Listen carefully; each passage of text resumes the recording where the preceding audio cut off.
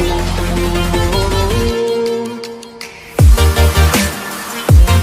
Guys, आज हम आप लोगों को पढ़ाएंगे फिटर ट्रेड से आईटीआई करने के बाद अर्ध कुशल कारीगर होता है। इसके जब तक अप्रेंटिस नहीं होती तब तक अर्ध कुशल कारीगर माना जाता है। अप्रेंटिस करने पे ही पूर्ण रूप से आपकी आईटीआई कंप्लीट होती है। इसके बाद जैसे आप आईटीआई कर लिए हैं तो कहीं भी किसी कंपनी में किस तरीके से काम करते हैं तो उसके बारे में अब आपको बता रहा हूँ।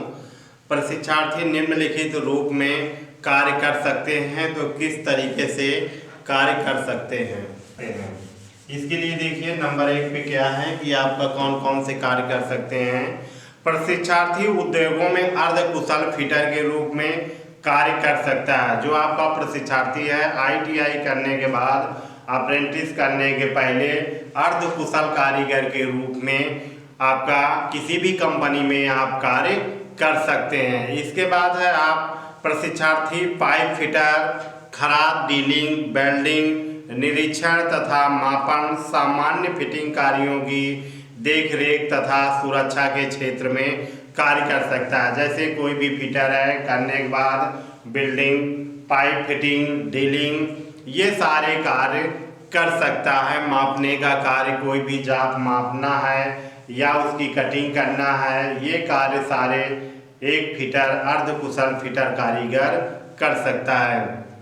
इसके बाद आपका आता है प्रशिक्षार्थी विभिन्न प्रकार के बल्बों को खोलने तथा जोड़ने तथा मशीन औजारों को परिशुद्धता जांचने का भी कार्य कर सकता है। किसी भी टूल्स हैं उनकी परिशुद्धता चेक करने के लिए भी कार्य कर सकता है। अगला आपका है प्रशिक्षार्थी मशीन की सामान्य रख रखाव तथा मरम्मत कर सकता है। जो आपका अर्ध कुशल कारीगर है वो मशीन की मरम्मत और मशीन के रख रखाव में कि कहाँ पे मशीन पे ऑयल डालना है, कहाँ पे कूलेंट डालना है और कौन से काम करते समय लुब्रिकेंट का प्रयोग करना है, ये सारे कार्य एक फिटर आईटीआई किए हुए कारीगर सारे काम उसे जानकारी होता है कि किस समय तेल डालना चाहिए, किस समय नहीं डालना चाहिए, कब कूलेंट की आवश्यकता है और कब नहीं है। इसके बाद आपका है प्रशिक्षार्थी डायल पिन, स्टेट तथा पोर्ट को असेंबली द्वारा रूपटेल स्लाइड फिटिंग बना सकता है। उसको छोटे छोटे पार्टों को असेंबल करके पिन के द्वारा, कटर पिन के द्वारा और नट बोल्ट के द्वारा जहाँ जिस टूल्स या जहाँ जिस उस नट बोल्ट की ज़रूरत है वहाँ पे नट बोल्ट लगा करके और जहाँ पिन डालना है वहाँ पिन डाल करके सारे पार्टों को असेंबल कर सकता है और छोटे छोटे पार्टों को आपस में जोड़ करके एक मशीन का रूप दे देता है। एक फिटर अर्ध कुशल फिटर कारीगर के अंतर्गत कार्य आते हैं। फिर आपका है प्रशिक्षार्थी विभिन्न प्रकार के अग्निशासकों का प्रयोग कर सकता है। कहीं भी किसी भी वर्कशॉप में जाएंगे तो वहाँ पर जो आपके अग्निशासक सिलेंडर लगे होते हैं उनकी पूर्ण रूप से जानकारी होना चाहिए कि कौन सी आग लगी है, तेल से आग लगी है तो कौन से सिलेंडर का यूज करना है। यदि आपके लकड़ी या पेपर से आग लगी है तो किस सिलेंडर का प्रयोग करना है। यदि बिजली से आग लगी है तो उसमें किस प्रकार के सिलेंडर का प्रयोग करना है और किस प्रकार से करना है। तो इस प्रकार इस सिलेंडरों के बारे में पूर्ण रूप से जानकारी होना चाहिए। ये आपके एक्सड्यूसर आते हैं, सिलेंडर होते हैं। जैसे आपके लकड़ी या पेपर या कपड़े से आग लगी तो उसमें कार्बन ऑक्साइड सिलेंडर होता है। जो आपकी तेल से आग लगी होती है उसमें फोम फायर एक्सड्यूसर का प्रयोग करते हैं। यदि आपकी बिजली से आग लगी होती है तो सीटीसी कार्बन टेट्राक्लोराइड सिलेंडर पे लिखा होता है, उसी सिलेंडर का प्रयोग करते हैं, न कि अलग अलग सिलेंडर का। जिस सिलेंडर का जैसी आग लगी होती है उसी प्रकार के एक्सड्यूसर उसी सिलेंडर का प्रयोग करते हैं उसको बुताने या समाप्त करने के लिए। फिर देखिए आपका अगला है प्रशिक्षण पूर्ण करने के बाद निम्नलिखित उद्योगों में रोजगार प्राप्त कर सकते हैं। जैसे आपका जैसे ही आईटीआई आपका पूरा होता है पूरा होने के बाद आप कैसे ITIओ में आप प्रशिक्षण प्राप्त कर सकते हैं। इसके लिए देखिए क्या क्या आपको प्रशिक्षण प्राप्त करने के लिए करना पड़ता है। तो इसके लिए आप देखिए उत्पादन तथा निर्माण उद्योगों में जहां पर माल बनता है और माल की सप्लाई होती है वहां पर आप काम कर सकते हैं एक कारीगर के रूप में। इसके अलावा संरचना निर्माण जैसे पुल, छत निर्माण तथा भवन निर्माण के क्षेत्र में, जैसे आपका कहीं छत बन रहा है वहाँ पे आपको पाइपिंग करना है या आपको वायरिंग करना है, ऐसे स्थानों पे भी आपके ट्रेड के अनुसार आपका काम कहीं न कहीं मिल जाता है। फिर इसके बाद आपका है ऑटोमोबाइल्स तथा इससे संबंधित उद्योगों में, यदि आप ऑटोमोबाइल से संबंधित उद्योगों में भी काम कर सकते हैं अपनी ट्रेड के अनुसार। इसके अलावा सेवा क्षेत्र जैसे सड़क परिवहन तथा रेलवे, जलपोत निर्माण तथा रख रखाव उद्योगों में अपने कार्य के अनुसार आपको अपने सब्जेक्ट के अनुसार जिस ट्रेड से आप ITI किए हैं उस ट्रेड के अनुसार आपको हर जगह आपको काम मिल जाएगा। फिर आप सरकारी तथा निजी उद्योगों में जैसे BHEL, NTPC, BML इत्यादि स्वरोजगार कंपनियां हैं जिनमें से अनेक प्रकार के, जैसे आपका BHEL है, भेल, इसमें कहीं कहीं पर आपको इसमें रेल के इंजन बनते हैं, कहीं पे ट्रांसफार्मर बनते हैं, कहीं पे आपकी जो बिजली की कॉइल है वो बनते हैं। अलग अलग कंपनियों में अलग अलग प्रकार से काम होता है। इसके अलावा आप देखिए उच्च अध्ययन के लिए इसके बाद प्रशिक्षण पूरा करने के बाद आप और कौन से काम कर सकते हैं, जैसे आप अप्रेंटिस कर लिए, अप्रेंटिस के बाद आप कैसे किस कंपनियों में कैसे काम होता है। प्रशिक्षण पूर्ण करने के बाद प्रशिक्षार्थी विभिन्न उद्योगों तथा संगठनों में शिक्षुता प्रशिक्षण कर सकता है। प्रशिक्षण पूर्ण करने के बाद प्रशिक्षार्थी डिप्लोमा कोर्स कर सकता है। प्रशिक्षण पूर्ण करने के बाद प्रशिक्षार्थी CTI कोर्स कर सकता है। फिर इसके बाद आपका आता है दुर्घटना कैसे, सुरक्षा के नियमों के बाद आपका आता है दुर्घटना कैसे हो जाती है। अर्धकुशल कारीगर, जानकारी कम होती है और सीखने की ज़्यादा ललक होती है, उसी में कारीगर की, उसी में ऑपरेटर की दुर्घटना हो जाती है। कहीं भी काम करने जाएं तो पहले तुरंत अधिक जानकारी न होने के कारण ज़्यादा इधर उधर बटन ना स्विच ना दबाएं। वहाँ पे जो मशीन पे ऑपरेटर हो पहले उसे सारी चीज़ें समझ लें, इसके बाद ही काम करें, बिना सोच विचार के काम ना शुरू करें। नहीं तो अन्यथा क्या होगा, आपको पूर्ण रूप से जानकारी नहीं है और आप काम करना स्टार्ट कर दिए तो दुर्घटना ही होना है और कुछ नहीं हो सकता, क्योंकि पूर्ण रूप से जानकारी ना होने पे आपको जैसे ही झटका लगेगा आप घबरा जाएंगे और घबरा जाने के बाद फिर तो आपका कुछ ना कुछ हो ही जाएगा। इसलिए बिना जानकारी के किसी भी मशीन का स्विच ऑन ना करें।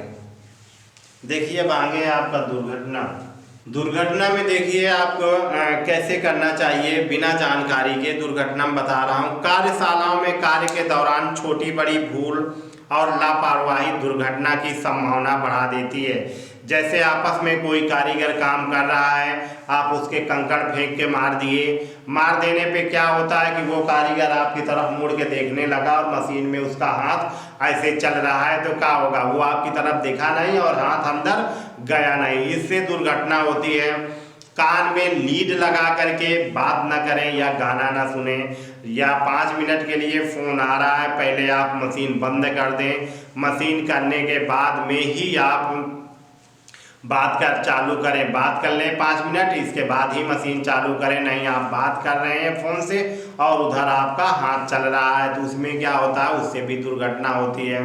एक कारीगर की लापरवाही से स्वयं, साथी तथा मशीन आदि किसी को भी नुकसान हो सकता है। दुर्घटना का कोई सीमा नहीं होती, एक छोटी सी गलती या लापरवाही बहुत बड़ी दुर्घटना का कारण बन सकती है, जिसे श्रमिक की जान भी जा सकती है।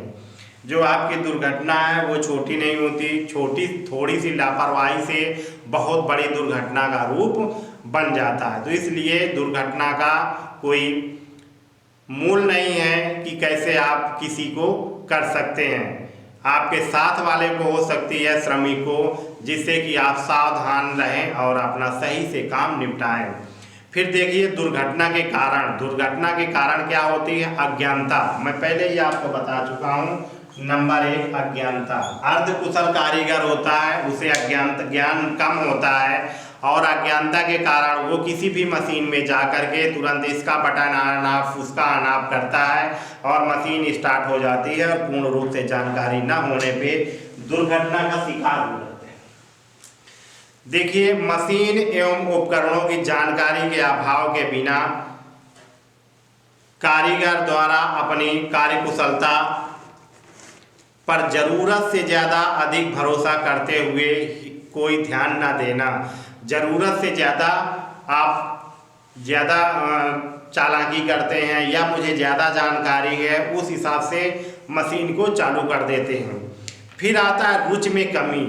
कोई काम कर रहे हैं या पढ़ाई कर रहे हैं, घर वाले कह रहे हैं कि बायो से करना है, आप इंटर से करवा रहे हैं या इंटर से कर रहे हैं, ज़बरदस्ती। जब आपको किसी काम में रुचि ना हो, उस काम को कतई ना करें। यदि काम में रुचि नहीं है, आप काम कर रहे हैं, तो उसमें क्या होगा? आपका मन नहीं लगेगा और दुर्घटना होगी। जल्दी कार्य खत्म करने की इच्छा। देखते हैं आपके हड़बड़ी मचा रहता है, जैसे ही 4 बजा कि मुझे जल्दी जाना है, आप काम को जल्दी कर रहे हैं और काम भी सही से नहीं हो पा रहा और आप काम जल्दी निपटाने की इच्छा में सारा काम खत्म हो रहा है। फिर आपका आता है मशीन उपकरण तथा औजार आदि का सही हालत में न होना। कार्य करने का गलत तरीका अपनाने से, कार्य के दौरान गलत औजार का प्रयोग करने से, खतरनाक पदार्थों का उचित रखरखाव न रखने से, कार्यशाला में तेल, चिप्स तथा अन्य धातुओं को सही ढंग से न रखकर सफाई में कमी रखने से। किसी भी मशीन में सुबह जाइए, काम करने के पहले सारी मशीन पे कपड़ा मारिए और जो जहां आयल देना है वहां पे आयल डालिए। फिर इसके बाद 5 मिनट मशीन को फ्री घुमाइए, इसके बाद ही उसमें काम करें। ये नहीं कि जाते समय बस गए, तुरंत बटन ऑन कर दिए और मशीन सूखी मशीन गड़ चल रही है, तो उसमें क्या होगा? कोई भी पार्ट टूटेगा और उसमें तकनीकी खराबी होगी। फिर इसके बाद है आपका गलत पोशाक पहनना। कभी भी पहले बता चुका हूँ, मशीन पे कार्य करते समय इसमें गले में कॉलर या टाई या मुफलर या गमछा ऐसी चीज़ें नहीं होना चाहिए।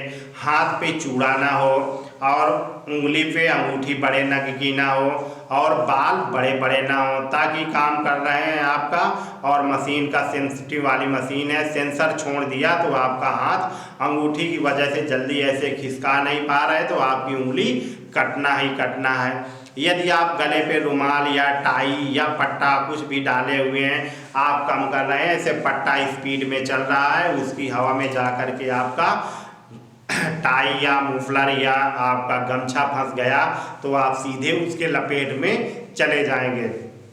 इसलिए काम करने से के पहले ये सब चीज़ें नहीं होना चाहिए और कपड़े ढीले नहीं होना चाहिए। कपड़े ढीले होंगे, कहीं भी सामान उठाने धरने में यदि आपका कपड़ा फंस गया तो आप मशीन में फंस जाएंगे। इसलिए और मोटे तले वाला जूता होना चाहिए, जिससे उससे बर वगैरह कील वगैरह कुछ भी पड़ा है तो आपके पैरों पे नहीं चुभेगा, इसलिए मोटे तले वाला जूता भी होना चाहिए।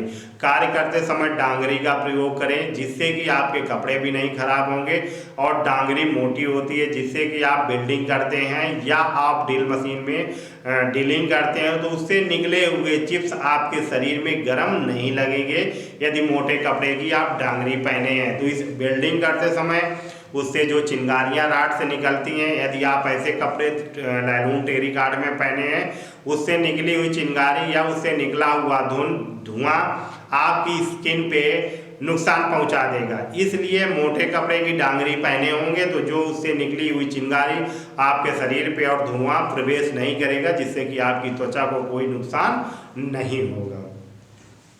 इसके बाद आपको गलत पोशाक के बारे में, ढीले कपड़े, बड़े खुले बाल, टाई, मफलर, चप्पल, घड़ी, कड़ा, अंगूठी आदि ना पहने। मैं आपको पहले भी बता दिया हूँ कि ये सारी चीज़ें नहीं होना चाहिए।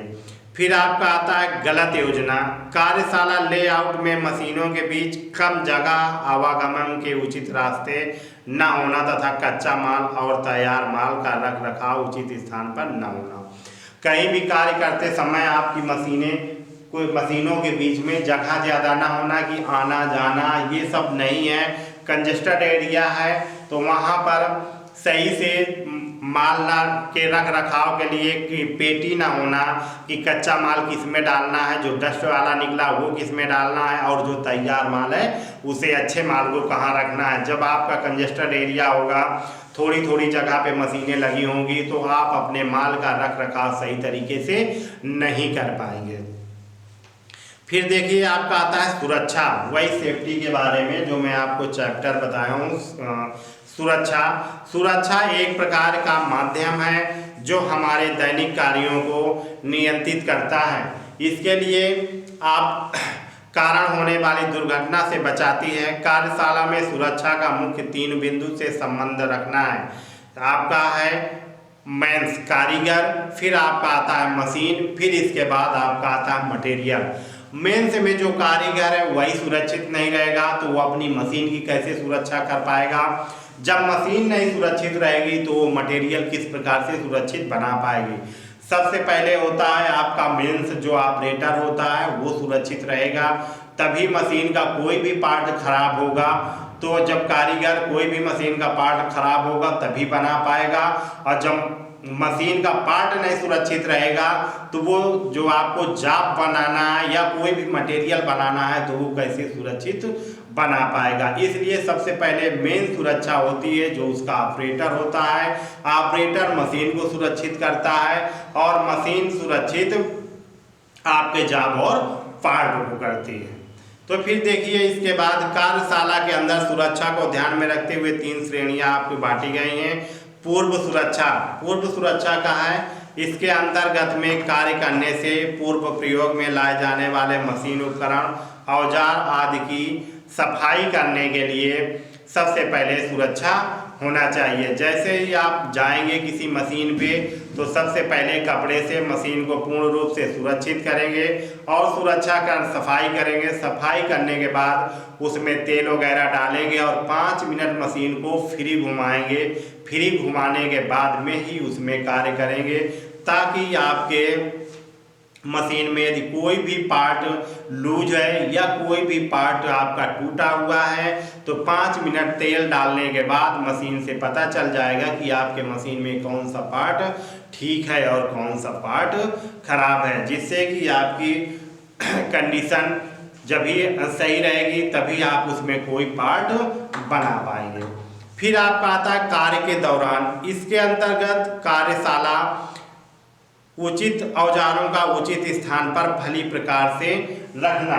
कहीं भी काम करेंगे जो टूल्स जहां से उठाएंगे उसको उसी बीन में या आपका स्वेडो बोर्ड होगा उस बोर्ड में सही से रख पाएंगे। यदि स्वेडो बोर्ड के अनुसार काम कर रहे हैं तो जो जहां से स्पैनर या जो जहां से आप वो पेचकस या प्लायर जो भी है आप स्क्रू ड्राइवर जहाँ से उठाएंगे या फाइल वहीं पे सुरक्षित स्वेडो बोर्ड के अनुसार रखेंगे, तभी आपको कम समय में ज़्यादा काम कर पाएंगे। यदि आप कोई भी टूल्स काम किए इधर उधर फेंक दिए तो आपको घंटों लग जाएगा टूल्स खोजने में, जिससे कि आप 1 घंटा में दिया गया टारगेट की 20 पार्ट बनाएंगे।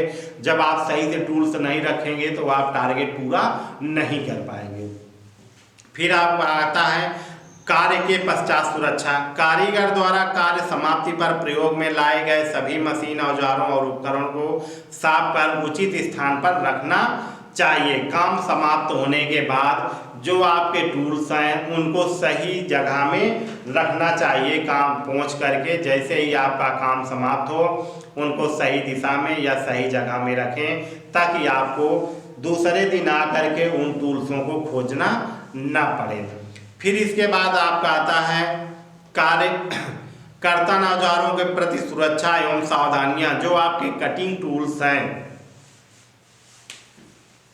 कर्तन औजारों का मतलब होता है कटिंग औजारों के प्रति आपकी सुरक्षा। कटिंग औजारों को किस प्रकार से हम सुरक्षा करते हैं। कटिंग औजारों के लिए काम करने के बाद उनको साफ कपड़े से साफ करने के बाद उनमें तेल या ग्रीस लगा करके रखते हैं ताकि उनमें कोई भी मोर्चा ना लगे। इसके बाद क्या करते हैं, प्रत्येक औजारों को उचित स्थान पर रखना चाहिए। प्रत्येक औजारों को अलग अलग अर्थात कर्तन औजारों को एक साथ इकट्ठा नहीं रखना चाहिए। कर्तन औजारों को एक साथ इकट्ठा रखेंगे तो जो उनमें धार होती है एक दूसरे को इधर उधर करने पे उन पे क्या होती है, उनकी धार पे बर वगैरह बन जाता, जिससे वो सही से कटिंग नहीं करते हैं। कार्य के दौरान औजारों को बेंच से नीचे नहीं गिरने देना चाहिए। सूक्ष्म मापी औजारों का प्रयोग सावधानी पूर्वक करना चाहिए। प्रत्येक औजारों का प्रयोग उचित स्थान पर करना चाहिए। प्रयोग किए जाने वाले औजारों की जांच का कार्य योग्य होने पर ही प्रयोग में लाना चाहिए। इसके अलावा प्रत्येक औजारों को कार्य करने से पूर्व व बाद में साफ कर उचित स्थान पर रखना चाहिए। कोई भी टूल्स हो कार्य करने के बाद उन्हें साफ करके उचित स्थान पर रख दें ताकि दूसरे दिन आपको कार्य टूल्स खोजने में दिक्कत ना हो। फिर इसके बाद आपका आता है रेती, जिसे फाइल बोलते हैं। देखिए रेती क्या है, बिना हत्थे की रेती का प्रयोग नहीं करना चाहिए। इस प्रकार से आपकी ये रेती बनी होती है। इसमें ये हत्था होता है।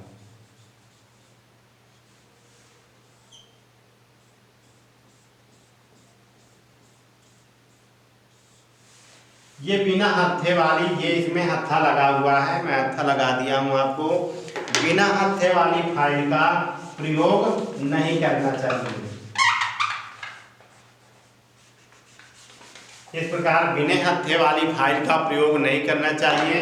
आप इसको पकड़ के ऐसे फाइलिंग कर रहे हैं, जब फाइलिंग करेंगे तो जो इसमें हत्था नहीं लगा हुआ है वो आपकी गादी में चुभेगा। चुभने पे क्या होगा, ब्लड निकलेगा और आपको दर्द होगा।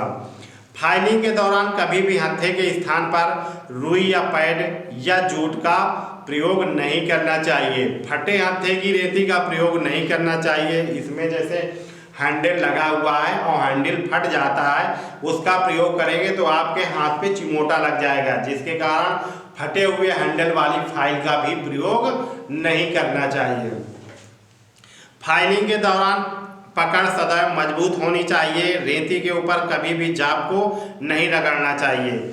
जाप को पहले बेंच वाइस में बांध लें और फाइल के द्वारा ही रगड़ें, और ये नहीं कि जाप को ऐसे ले लिया और फाइल के ऊपर रख के ऐसे रगड़ रहे हैं, ऐसे नहीं करना चाहिए।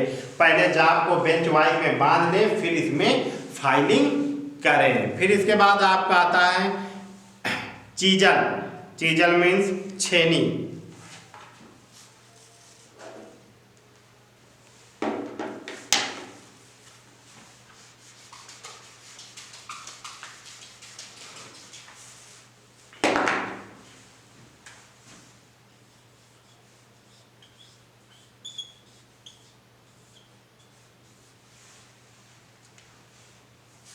ये आपका आता है, अगला है आपका छेनी। चीपिंग करते समय कभी भी मशरूम हेड, ये आपकी फाइल है, ये आपका चीजल है,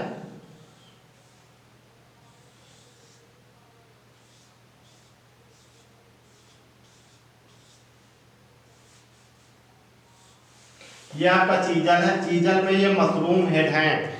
आप जब इसमें हैमर के द्वारा इसके हेड में चोट मारते हैं तो क्या होता है, ये इसका जो हेड है वो फट जाता है। फटे हुए भाग को मशरूम हेड कहते हैं। मशरूम हेड वाली चीजल का कभी भी प्रयोग ना करें, अन्यथा आप मशरूम हेड वाली चीजल का प्रयोग करेंगे तो जैसे ही हैमर से चोट मारेंगे तो ये चिप्स निकल करके आपके हाथ पे चोट लग जाएगा।